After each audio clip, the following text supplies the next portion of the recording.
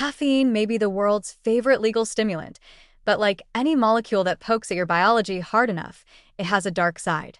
While moderate caffeine consumption can spark AMPK activation, enhance alertness, and even delay aging on a cellular level, more isn't always better. In fact, when the dose creeps too high or the timing goes wrong, caffeine can become less of a gentle nudge and more of a biochemical bullhorn, overstimulating the nervous system, disrupting sleep, promoting dependency, and ironically, dulling the very cellular benefits that make it so attractive in the first place. Let's start with tolerance. Caffeine works primarily by blocking adenosine receptors in the brain. Adenosine is a neuromodulator that builds up during the day and promotes sleepiness.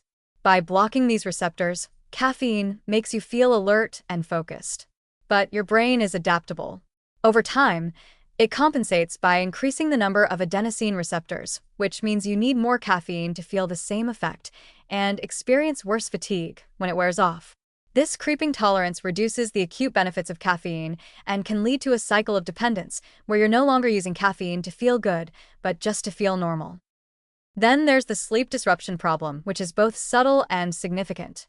Caffeine has a half-life of about 5 to 6 hours in most adults, though for some it can linger even longer due to genetic variations in liver enzymes.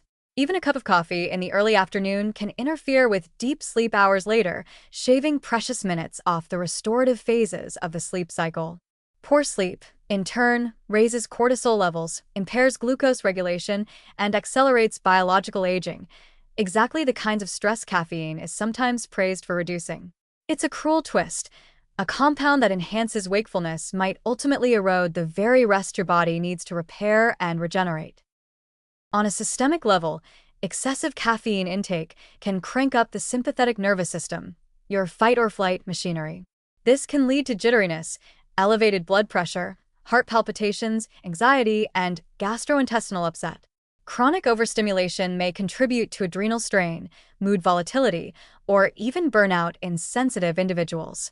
While caffeine is often seen as a productivity booster, too much of it can push your system into a state of chronic stress and hypervigilance, physiological patterns that are anything but anti-aging.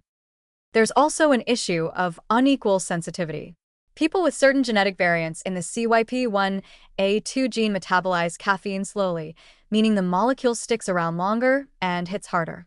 For these individuals, even modest intake can provoke sleep issues, anxiety, and cardiovascular strain. They may not experience the same metabolic or cognitive benefits that fast metabolizers do, making caffeine a more risky proposition. What works as a health span enhancer for one person may be a long-term stressor for another. Even the promising cellular effects of caffeine, like AMPK activation, have limits. High doses of caffeine don't necessarily activate AMPK more. They can trigger other stress pathways like excessive cortisol release or oxidative stress, which may undermine mitochondrial health over time. In cell culture studies, caffeine often has a biphasic effect. Low doses promote repair, while higher doses induce damage or dysfunction. What's helpful at 100 milligrams may become harmful at 500 or 600, especially if consumed regularly without periods of rest. Caffeine's effect on hormones also deserves scrutiny. Chronic overuse may dysregulate insulin sensitivity in some individuals, interfere with female reproductive hormone balance, and contribute to bone calcium loss when not balanced with proper nutrition. For those with pre-existing hormonal or adrenal imbalances, caffeine may act as a subtle amplifier of dysfunction. In short, caffeine sits in a delicate balance between benefit and overstimulation. When consumed in moderation, usually defined as about 1 to 3 cups of coffee per day, it can enhance cognition, improve metabolic flexibility, and even support cellular resilience.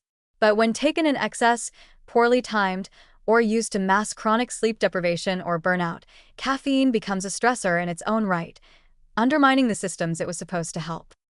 So while caffeine deserves its place in the conversation about anti-aging and health optimization, it also deserves a healthy dose of respect. It's not just a harmless beverage ingredient, it's a potent biochemical signal. Used wisely, it can help the body adapt and thrive. But pushed too far, it becomes the very kind of metabolic noise the aging body doesn't need.